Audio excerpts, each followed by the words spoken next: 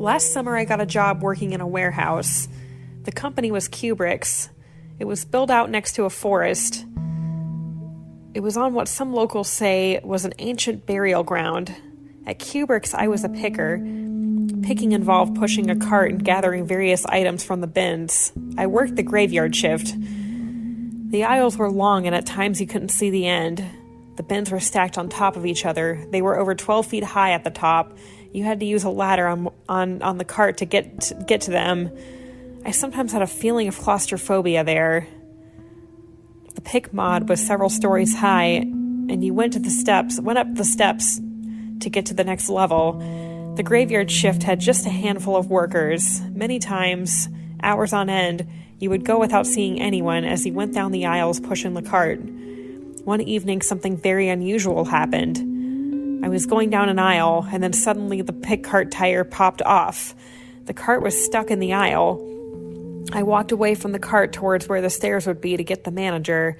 I heard what seemed to be raspy whispers. I stopped. I looked around. It was just a bunch of bins and the dim light, and the dim light from the lights above.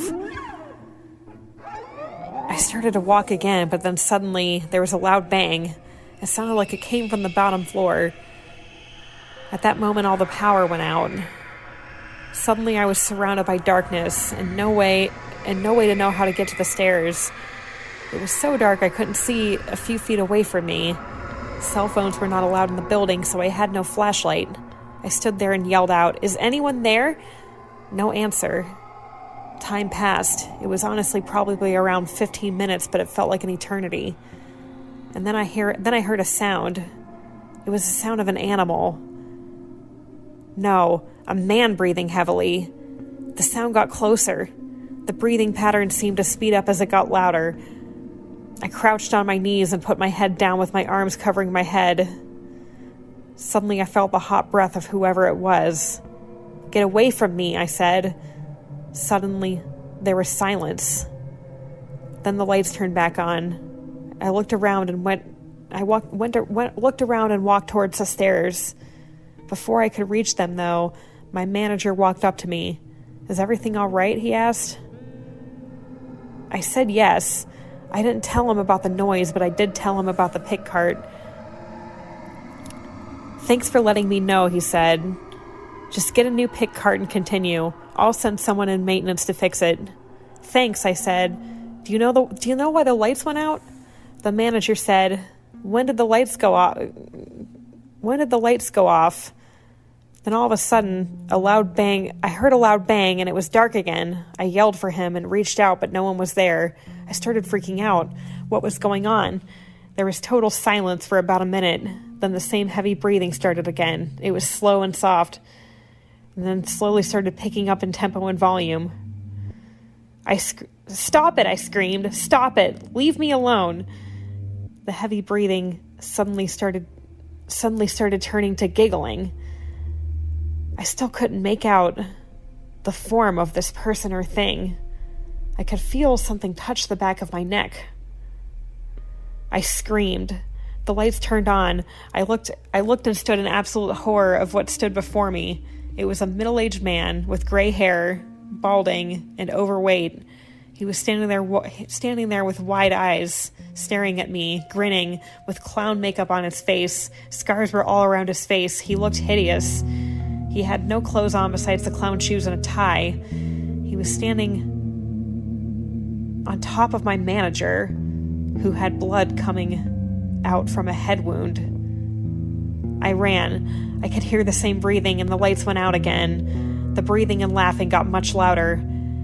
He was going to get me, I thought. I bumped into an abandoned cart someone had left in the alley. I pushed it hard and ran as fast as I could. I felt it hit something in the dark, hard like a brick wall. I pushed it with all my strength.